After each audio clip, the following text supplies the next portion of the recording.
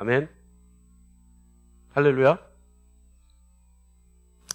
우리가 수도 없이 악과 죄에 대해서는 계속해서 얘기했죠. 악이란 뭘까요?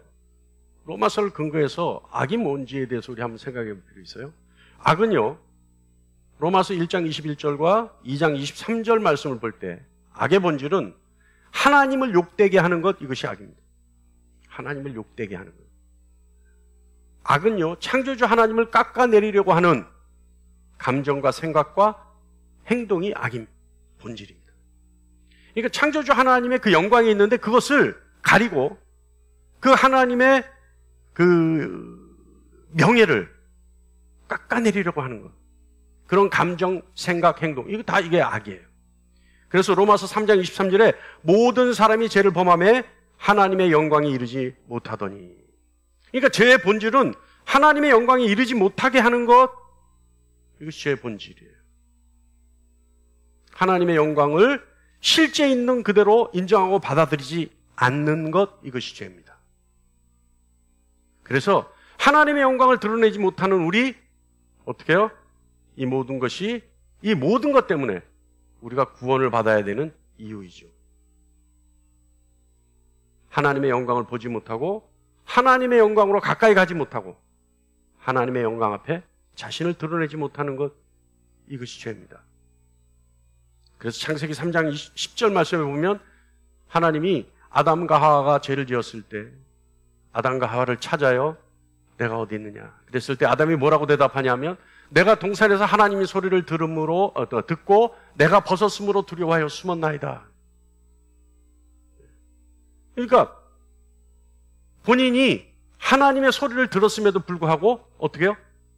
두려워하여 숨어요. 이것이 영광을 보지 못하는 것이고 영광에 나가지 못하는 것이고 영광에 자기 자신을 드러내지 못하는 거예요.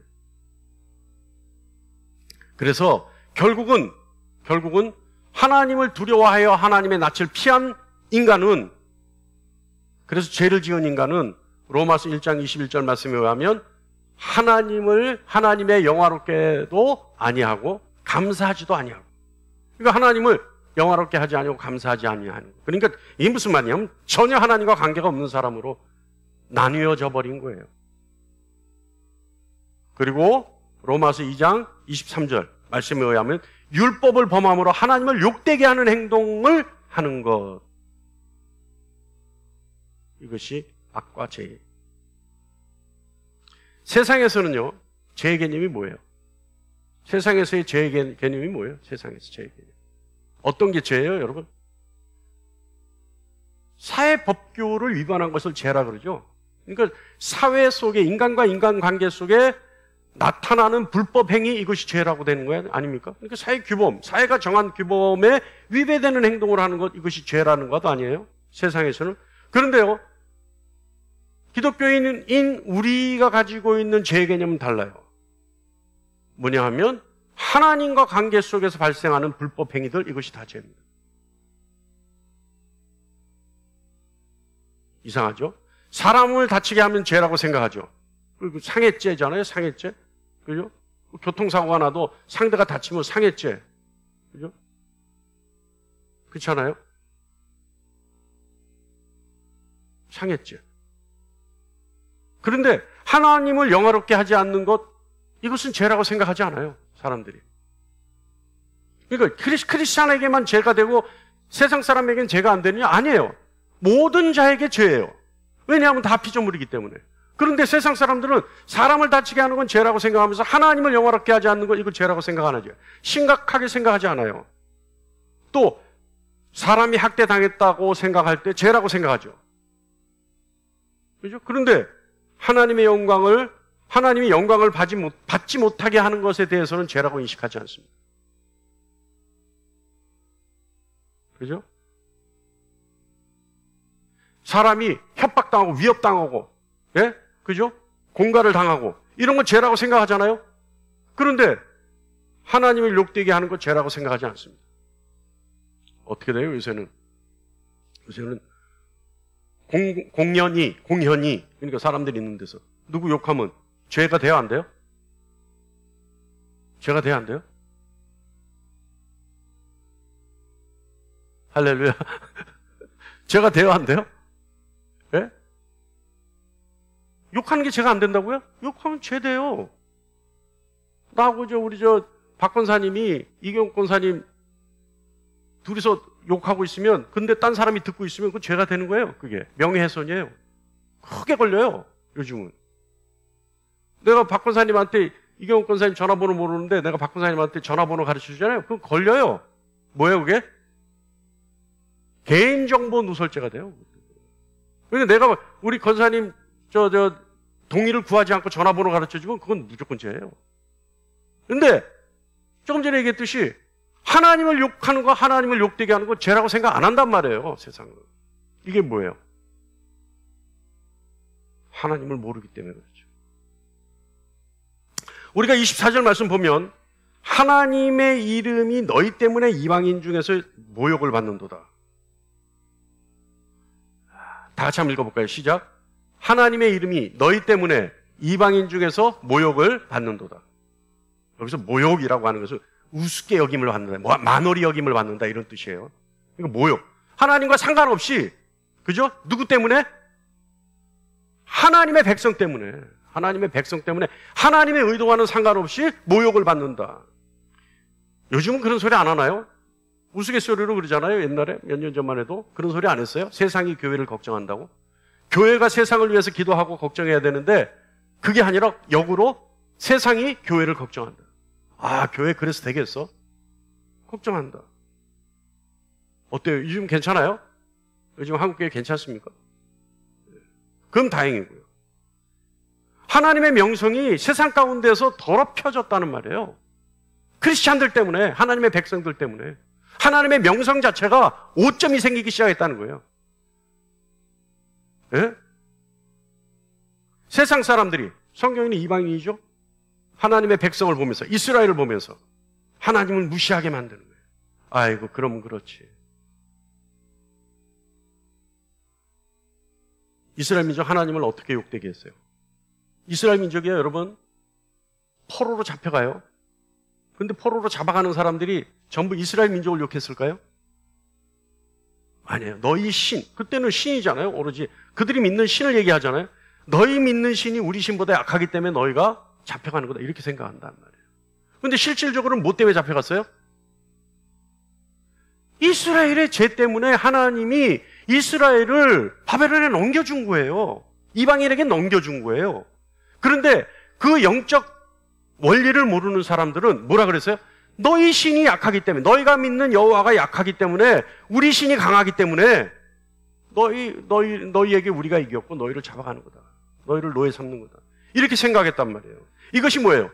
이스라엘의 의도와 상관없이 이스라엘이 죄가 있으니 하나님이 그렇게 하셨음에도 불구하고 하나님은 이방인에게 무시당하는 결과가 나아진 거죠. 여러분 잘 생각해 보세요. 내 의도와 상관없이 하나님은 나 때문에 하나님이 무시당했다. 이사야서 43장 7절에 내 이름으로 불려지는 모든 자, 곧 내가 내 영광을 위하여 창조한 자를 오게 하라. 그를 내가 지었고 그를 내가 만들었느니라. 창조의 목적이에요. 하나님이 선택한 자들의 목적이 여기 있어요. 왜요? 내 영광을 위하여 창조했다는 거예요. 내 영광을 위하여. 내 영광을 위하여 내가 너를 지었고 너를 만들었다는 거예요. 그래서 너는 내 이름을 부르는 자, 내 이름으로 불려지는 자, 너는 나에게 오라는 거죠. 여러분, 창조 목적에 부합된 인생을 사는 것이 가장 복된 인생입니다. 할렐루야? 할렐루야? 선택받은 증거예요, 그게. 저는 한동안, 요즘은 그 생각을 잘 안 하는데, 한동안은요, 저는 그 성경에 나와 있는 누구를 지칭하는 말 중에 제일 듣고 싶었던 말이 있어요. 너 하나님의 사람아. 구약에 보면 있죠? 우리가 누구한테 하나님의 사람아 그래요? 선지자들에게 거의 그러죠. 특히 사무엘 이런 사람들, 그죠? 어때요? 너 하나님의 사람아. 왕도 그렇게 하잖아요. 그 사람 부를 때 너 하나님의 사람아. 어때요, 여러분? 세상 사람들이 넌 하나님의 사람이야. 불리워지는 거. 복된 인생 아닙니까? 저와 여러분이 그와 같은 호칭으로 불리워지기를 간절히 축원합니다. 할렐루야. 그게 뭐냐면 하나님이 창조 목적, 하나님이 우리를 이 땅에 보내신 목적에 부합된 삶을 살 때 그렇게 불려지는 거예요. 그게 뭐예요? 하나님을 영화롭게 하는.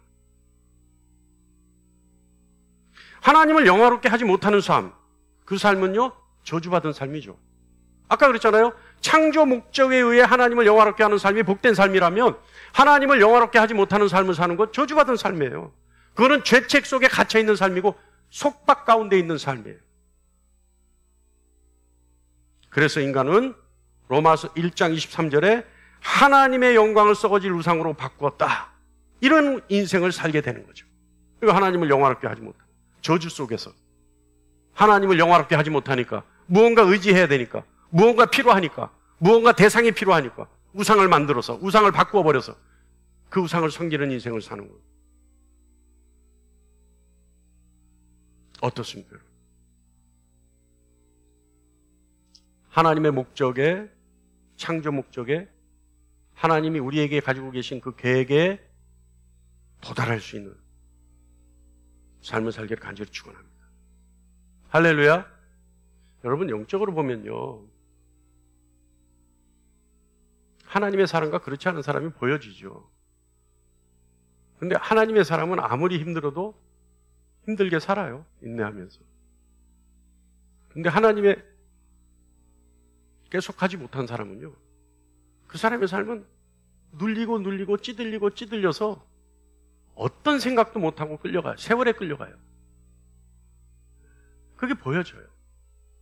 그래서 예수를 주인으로 섬기는 사람들의 삶과 예수를 모르는 사람들의 삶은 전혀 달라요. 아니, 환경이 달라서 다른 게 아니라 똑같은 환경 속에서 그들이 가지고 있는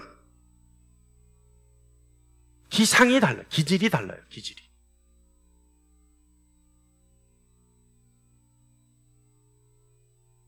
여러분, 우리가 요즘 로마서 강해를 들으면서 복음에 대해서 상당히 많은 개념들을 여러분 들었어요. 그죠?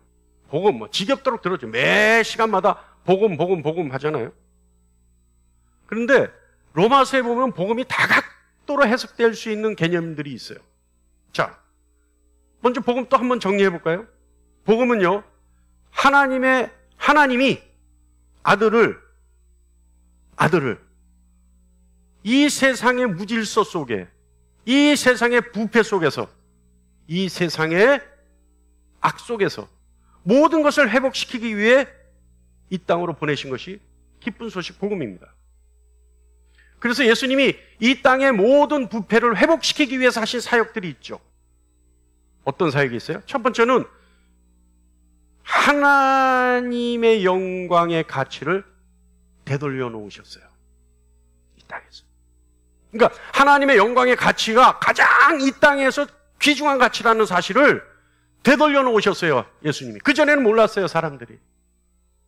그런데 예수님의 사역을 통해 사람들이 하나님 그 영광 자체시구나. 하나님 창조주시구나. 하나님 우리가 영광 돌리지 않아도 하나님의 영광은 언제나 가득하구나. 알게 됐죠. 그래서 예수님은 이 일에 전심을 다하셨어요. 그래서 요한복음 17장 4절 말씀에 의하면 하나님께서 내게 오라 하고 주신 일을 내가 이루어 아버지를 이 세상에서 영화롭게 하였사오니. 예수님 고백하는 거.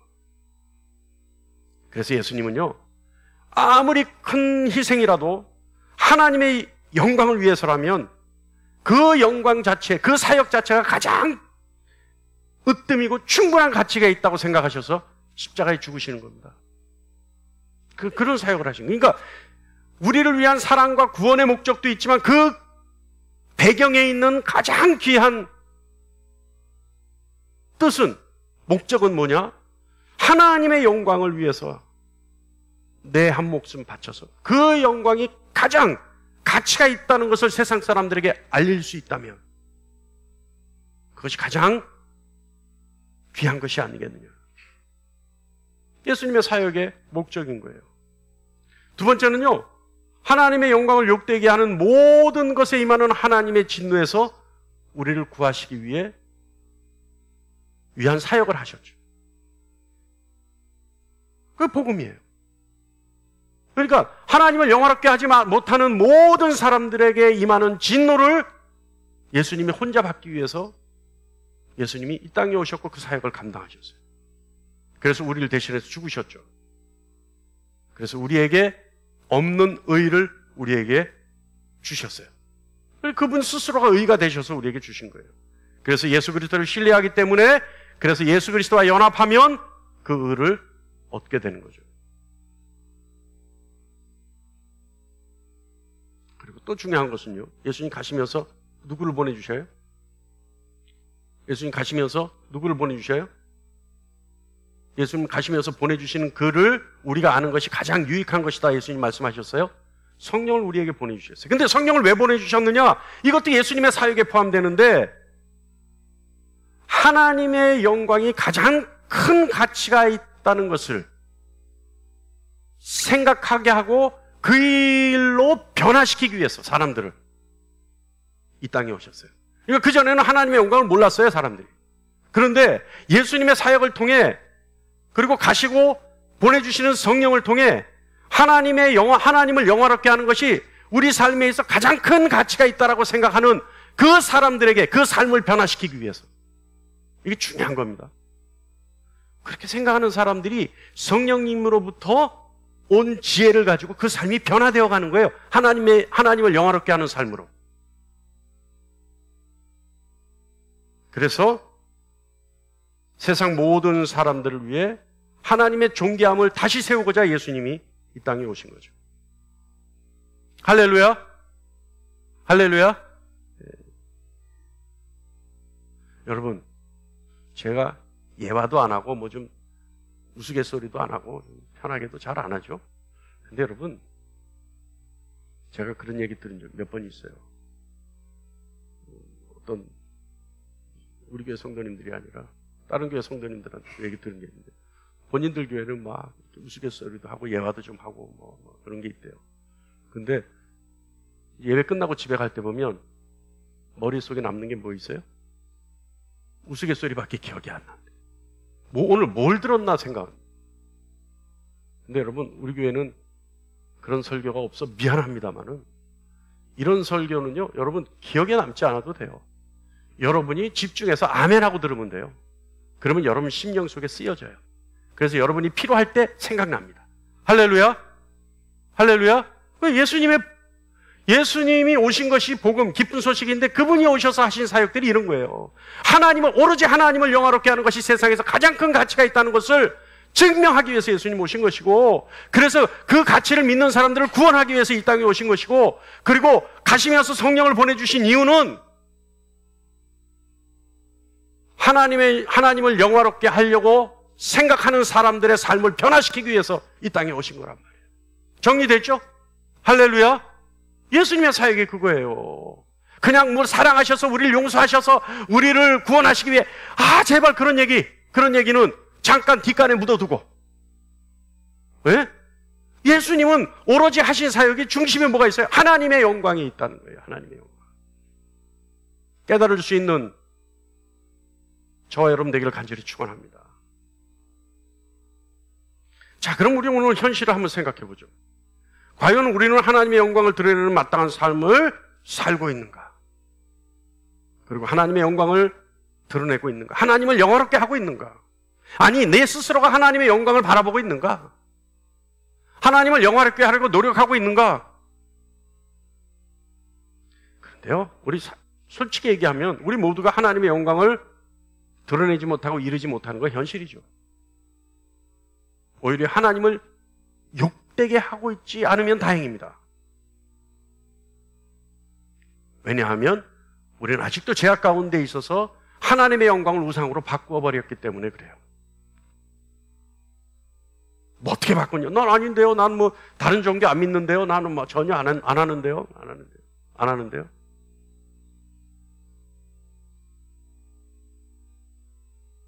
나는 절간에 안 가고 난 전보로 안 다니고 그것만 우상인가요? 잘 보세요. 하나님을 귀중하게 생각하지 않는 것, 이거 우상이에요. 하나님을 보아로 여기지 않는 것, 그래서 하나님을 자랑하지 않는 것, 이거 우상 섬기는 거나 마찬가지예요. 하나님을 사랑하지 않는 것, 우상 섬기는 건 마찬가지예요. 그래서 자신의 삶의 최우선, 최고의 가치, 중심에 두려고 노력하지 않는 것, 이거 우상 섬기는 것 같아요. 무엇보다 하나님이 먼저 하시게끔 하려고 하는 습관이 아직 들어있지 않은 것, 이것도 우상 섬기는 것 같아요. 아직도 우리는요, 하나님을 영화롭게 하지 못하고 죄의 권세 아래 있는 것이 사실입니다. 우리는 하나님보다 다른 어떤 것에 마음이 빼앗겨 있는 삶을 사는 것, 이것이 사실이에요. 어때요, 여러분? 솔직히 고백할 수 있나요? 하나님보다 내 마음이 다른 데 뺏겨 있어. 사실 맞습니까? 저는 맞아요. 저는 지금 그래요. 저는 지금 우상 섬기는 것 같아요. 내 마음이 하나님을 최우선으로 두지 않는 것 같아요. 어렵고 힘들다는 핑계로 다른 것에 이미 마음이 뺏겨 있는 것 같아요. 솔직히 하나님 앞에 매일 고백합니다. 어때요? 우리 그런 삶 살고 있지 않나요? 사실요, 여러분, 이런 현실을 통안의 마음으로 하나님 앞에 고백할 수 있어야 됩니다. 내 스스로에게 들려줄 수 있어야 돼요. 내 입으로 고백할 수 있어야 돼요. 왜냐하면 그것이 결국은 또 유익하기 때문에 그래요. 그런 사람이 스스로가 하나님 앞에 자신의 현재 상황을 통안의 마음으로 고백할 수 있을 때 자신이 자신의 죄로 인해서 소망이 없는 삶을 살고 있다는 사실을 깨닫게 돼요. 그리고 오직 믿음을 통해 얻은 구원이 얼마나 크고 놀라운 기적과 같은 값진 것이라는 사실에 기뻐하며 감사할 수 있게 돼요. 인간은요, 얼마나 교만한지 모릅니다. 인간은 나면서부터 뭐예요, 인간은? 죄인이에요. 그렇기 때문에 인간은 나면서부터 이미 교만해요. 그리고 인간은 나면서부터 미혹된 마음을 가지고 있어요. 그래서 자기 자신의 죄된 모습을 느끼고 보고 인정하려 들지 않아요. 그래서 거부해요. 나만 항상 괜찮아. 그리고 교만해지는 거죠. 근데 여러분, 자신의 죄를, 자신이 부패된 마음을 통안의 마음으로 하나님 앞에 고백할 수 있을 때 비로소 겸손이 시작됩니다. 할렐루야. 왜죠? 우리 한동안 그 영화에 그 명대사 있었죠? 왜? 한동안 그거 참 유행했던 것 같아요. 너나 잘하세요. 너나 잘하세요. 그러잖아요. 그 무슨 영화였죠? 무슨 영화인데 어떤 여자 주인공이 하는 건데 너나 잘하세요. 근데요, 지금까지 우리가 로마서 지금 2장 이제 중반 넘어갔네요. 이제 3장이 돼가네요. 다음 주면. 근데 지금까지 바울이 얘기하는 것 보면, 그죠? 1장, 2장에 보면 전부 유대인들에게 너나 잘하세요, 너나 잘하세요. 이 얘기하고 있잖아요. 근데 오늘 본문도 역시 너나 잘하세요. 여러분, 유대인들에게는 특권이 있었죠. 특권이 있어요. 여러분 잘 들으셔야 돼요. 우리가 한 2달 전에 이 유대인이 특권에 대해서 인정할 수밖에 없는 특권에 대해서 우리가 얘기했었어요. 하나님께 지목받은 자들이에요. 하나님께 선택받은 자들이에요. 하나님께 특별한 은혜를 받은 자들이에요. 자, 근데 유대인이 가지고 있었던 특권이 뭐냐 하면 하나님의 말씀을 가지고 있었어요. 유대인들은. 그래서 로마서 3장 1절 2절 보면 그런즉 유대인의 나음이 무엇이며 할례의 유익이 무엇이냐? 범사에 많으니 우선은 첫 번째는 그들이 하나님의 말씀을 맡았음이니라. 그 특권이란 말이에요. 하나님 말씀을 가지고 있었던 거. 그러니까 그 특권을 가지고 있었던 유대인들은 어떻게 하면 돼요? 하나님의 말씀을 알고 있었기 때문에 그대로 지키고 하나님을 신뢰하는 삶을 살기만 하면 되는 거예요. 왜? 하나님의 말씀을 알고 있기 때문에.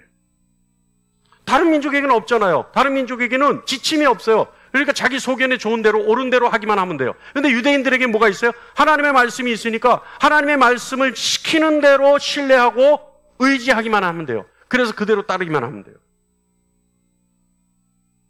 그런데 바울은 그런 특권을 가지고 있는 유대인들에게 뭐라고 얘기하냐면 20절 말씀에 율법에 있는 지식과 진리의 모본을 가진 자로서 어리석은 자의 교사여 어린아이의 선생이라고 스스로 믿으니. 여러분, 이거 잘못된 걸까요? 지금 보세요. 다 같이 한번 읽어볼까요? 시작. 율법에 있는 지식과 진리의 모본을 가진 자로서 어리석은 자의 교사여 어린아이의 선생이라고 스스로 믿으니. 이거 잘못된 걸까요? 아니, 하나님의 말씀을 가지고 자신들이 그 말씀의 지침대로, 그죠? 지식과 진리의 모본, 하나님의 말씀이란 말이에요. 진정한 하나님의 말씀을 가지고 있는 자로서 세상에 하나님을 모르는 자들의 교사라고 생각하고 어린 신앙을 가지고 있는 사람들의 선생이라고 생각한다. 내가 하나님의 말씀을 가진 자로서. 그게 잘못된 생각입니까? 하나님의 법을 가지고 있다는 자부심. 그래서 그 자부심으로 어리석은 자의 교사라고 생각하고 어린아이의 선생이라고 생각하는 것, 이것이 어리석고 나쁜 일인가요? 아니에요. 하나님의 말씀은 하나님이 이스라엘에게 주신 귀한 선물입니다. 그렇기 때문에 하나님의 영광을 위해 이방인들에게 가르칠 필요가 있죠. 아니에요. 가르쳐야만 돼요. 사명이에요. 여러분, 우리가 지금 교회 나와서 이 시간 예배를 하고 있지만 우리가 예배를 하고 나서 뭐예요? 우리가 사명감에 불타서 나가서 하나님의 말씀을 전해야 돼요. 내가 하나님을 만나서 내가 하나님을 예배하니 이런 유익이 있다. 이런 내가 하나님 참 진리를 내가 가지고 있다. 라고 하는 것을 자랑해야 돼요. 그것이 하나님 사랑하는 방법입니다. 그런데 바울이 왜 유대인들에게 이런 얘기를 했느냐? 21절 말씀입니다. 다 같이요. 시작. 그러면 다른 사람을 가르치는 내가 내 자신을 가르치지 아니하느냐? 아니하느냐? 그러니까 왜 남을 가르치면서 너는 네 스스로를 가르치지 못하느냐? 왜 너는 네 스스로를 돌이켜보지 않느냐? 이게 뭐냐면 왜 너는 잣대가 이중이냐는 거예요. 너는 이방인을 대하는 잣대가 그렇게 엄격하면서 네 스스로에게는 왜 그렇게 너그러우냐? 하나님에 대한 지식과 진리를 잘 알고 있으면서 율법의 가르침을 내 자신에게는 왜 적용하지 않느냐? 왜 그랬을까요? 이스라엘. 이스라엘이 지금 우리 저만 못해서 이런 얘기를 모를까요? 왜 그랬을까요? 이스라엘은. 저는 여기요 한 두세 가지 이유가 있다고 봐요. 뭐냐 하면 이스라엘은요 샴페인을 빨리 터뜨렸어요. 뭐냐 하면 이미 다 이루었다고 생각해버리고 이루었다고 생각해요. 이미 구원 얻었다 생각한 거예요. 자신들은 하나님의 선택받은 사람들이기 때문에 이미 끝났다. 이미 요단강 이쪽에 건너와 있는 사람들이다.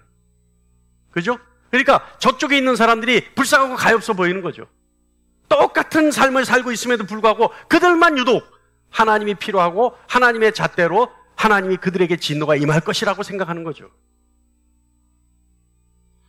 하나님은 영원히 자신들의 편이라고 생각하는 겁니다. 그래서 하나님의 말씀을 알면서도 하나님의 지식에 대해서는 알려하지 않았던 거예요. 하나님의 성품에 대해서. 말씀은 알면서도 하나님이 어떤 분이라고 하는 성품에 대해서는 알려하지 않은 거예요. 또한요, 이스라엘은 하나님의 계시를 가지고 있었죠. 영광의 빛도 가지고 있었습니다. 그래서 지식과 진리를 받아서 많은 것들을 가지고 있었지만 그것의 진정한 의미를 이해하지 못했어요. 이스라엘은. 어떻게 보면 쉽게 자기 만족에 빠져 있었어요. 이것만 있으면 돼. 여러분, 로또만 있으면 됩니까? 로또만 있으면 돼요? 로또만 있으면 다 끝나요? 로또 복권만 가지고 있으면 다 끝나요? 예? 로또 복권만 가지고 있으면 돼요? 저를 좀 보고 좀. 로또 복권만 가지고 있으면 돼요? 예? 안 사야 된다고요? 맞아야죠. 그죠? 복권만 갖고 있으면 뭐해? 이게 그날 추천일 날 번호 돌려서 나오는 그 번호하고 내가 가지고 있는 복권의 번호하고 맞아야 되는 거 아니에요? 그래야 당첨되는 거 아니에요? 예? 요즘도 복권 사시는 분 있습니까? 복권 사시는 분 있어요? 우리 성도님들 중에?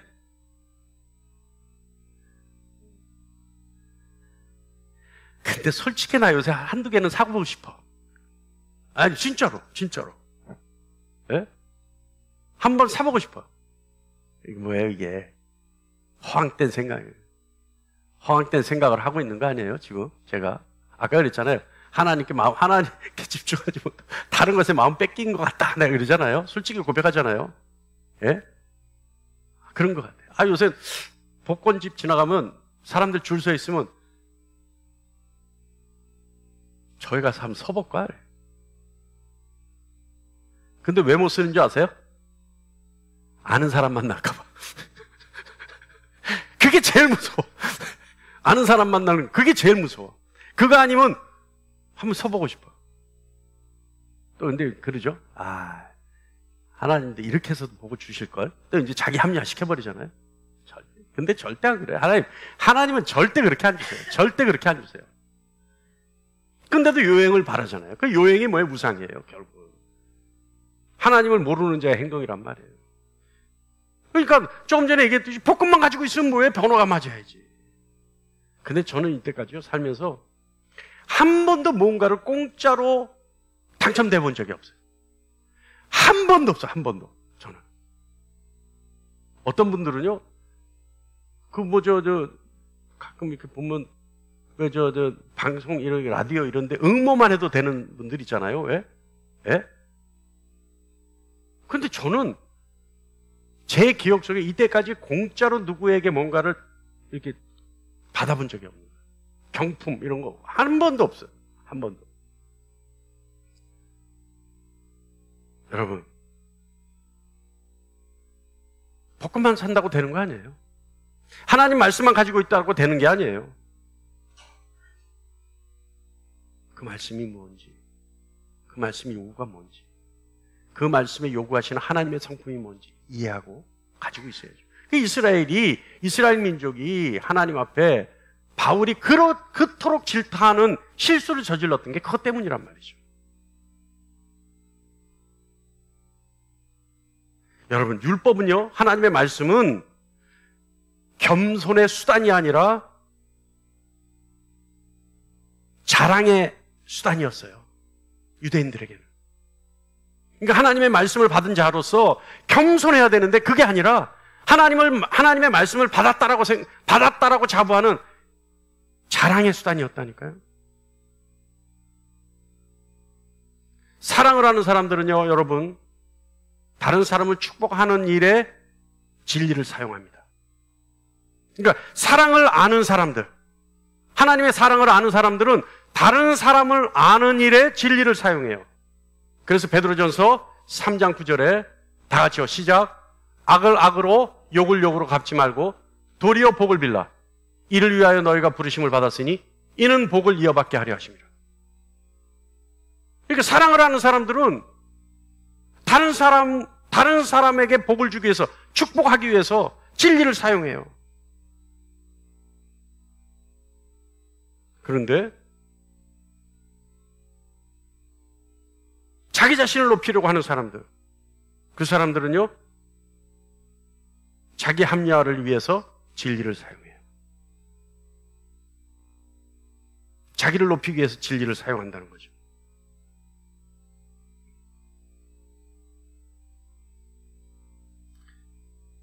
사랑도 진리를 사용할 수 있지만 죄악도 진리를 사용할 수 있습니다. 그리고 성경을 사용할 수 있습니다. 오늘 바울은 우리에게 무엇을 말하고 있는가요? 이스라엘을 질타하는, 이스라엘에게 끊임없이 너나 잘하세요라고 질타하는 바울은 오늘 우리에게는 무엇을 말하고 있나요? 여러분, 율법을 가지고 있다고 해서 구원받는 거 아닙니다. 여러분, 교회 다닌다고 해서 구원받는 거 아니죠? 교회에서 교사로 헌신한다고 구원받는 거 아니죠? 교회에서 헌신하고 있다고 구원받는 거 아니죠? 교회에서 헌금 내고 있다고 구원받는 거 아니죠? 11조 잘 낸다고 구원받는 거 아니죠? 이스라엘이요, 바울로부터 이렇게 혼나는 거는요, 율법을 가지고 있대 율법이 가르치는 대로 행하지 않았기 때문이에요. 우리 역시요, 구원은요, 하나님 뜻대로 행하는 자라야 하나님을 아버지라 부를 수 있습니다. 할렐루야! 할렐루야! 그럼 하나님, 우리를 향하신 하나님의 뜻 가르침은 뭐예요? 우리에게 주신 가르침. 주님 가르쳐 주셨잖아요, 우리에게. 첫 번째, 뭐예요? 하나님을 사랑하는 거 아닙니까? 첫째 되는 계명. 둘째 되는 계명이 뭐예요? 네? 내 이웃을 내 몸과 같이 사랑하는. 여러분,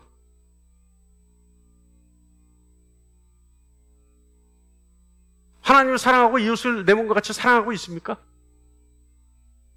뭐 있다면 할렐루야, 없다면 사랑하세요.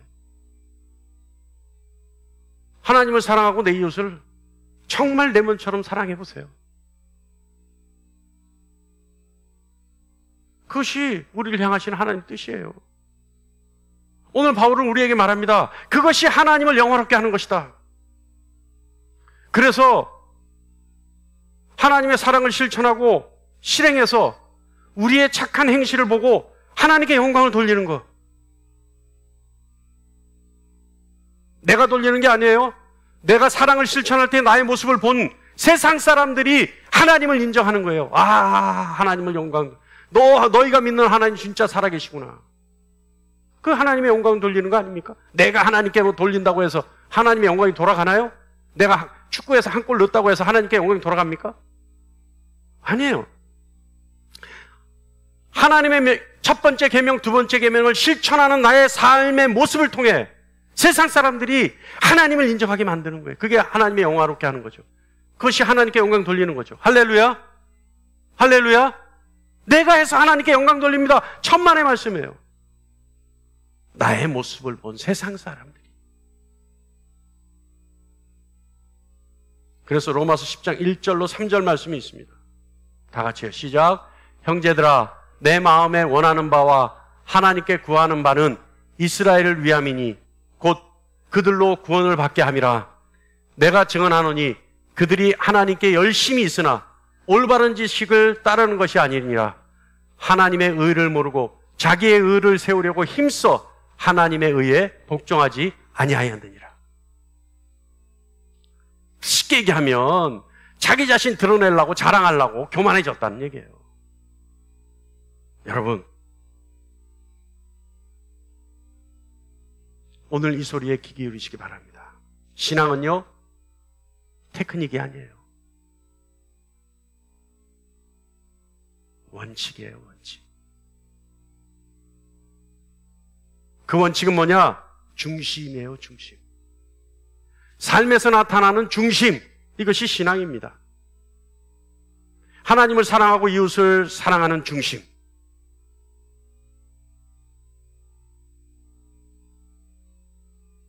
그런데요, 이 사랑 역시요, 하나님의 말씀을 최고의 가치로 알고 신뢰하기에 실천하는 중심. 그러니까 하나님의 명령이기 때문에 이것이 내 삶에 가장 가치 있고 가장 귀한 명령이기 때문에 이 명령을 하나님 중심으로 실천하고자 하는 그 중심, 그 중심이 있어야 된다는 거죠. 그래야 인내가 동반됩니다. 인내가. 하나님이 중심에 없는 사랑은요, 인스턴트적이에요. 하다가 지쳐버려요. 근데 하나님이 중심에 있는 하나님의 말씀을 최고의 가치로 하는 그 중심으로 사랑을 할 때요, 인내가 동반이 돼요. 할렐루야? 할렐루야?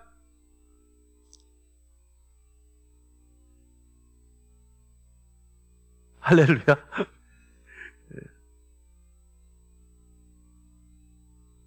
사랑하는 여러분, 하나님의 말씀을 삶의 최고의 가치로 생각하시기 바랍니다. 하나님을 영화롭게 하는 것을 삶의 최고의 가치로 생각하시기 바랍니다. 제 가운데 있는 우리를 통안의 마음으로 하나님 앞에 고백하기를 간절히 바랍니다. 여기서 또 한 번 강조하지 않을 수 없는 것이 있죠. 뭐냐 하면 내 의지가 아니라 하나님 의지로 해야 된다는 거예요. 하나님 중심으로 해야 된다는 거예요. 그러기 위해서는 무엇보다 성령 하나님의 가르침과 이끄심을 받기를 노력해야 하는 겁니다. 할렐루야! 그래서 성령 하나님이 우리에게 가르치시는 지혜를 가지려고 노력해야 되는 거예요. 제가 그랬잖아요. 밥을 사달라는 사람에게 밥을 사줘야 돼요. 밥 굶는 사람에겐 쌀을 사서 밥을 먹게 해줘야 돼요. 배고프고 밥을 못 먹는 사람에게 명품 옷은 소용이 없어요.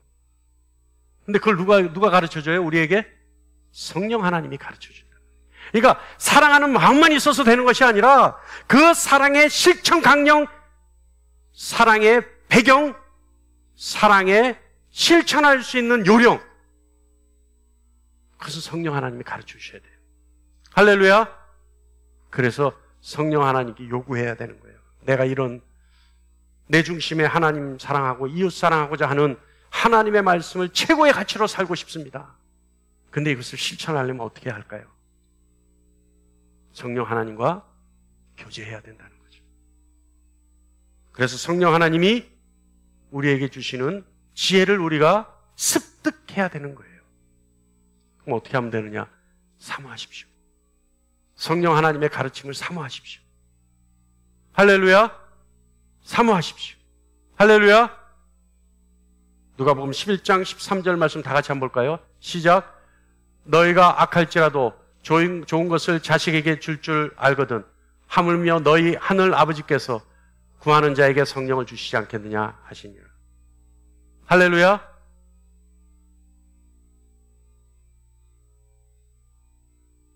중심에 두고 실천할 수 있는 저와 여러분 되기를 간절히 바랍니다. 그래서 하나님의 자녀의 삶을 통해 하나님을 영화롭게 하는 저와 여러분 되기를 간절히 바랍니다. 여러분의 삶을 보고 모든 사람들이 하나님 살아계심을 인정하는 영광을 돌리는 삶을 살기를 간절히 축원합니다. 기도하겠습니다.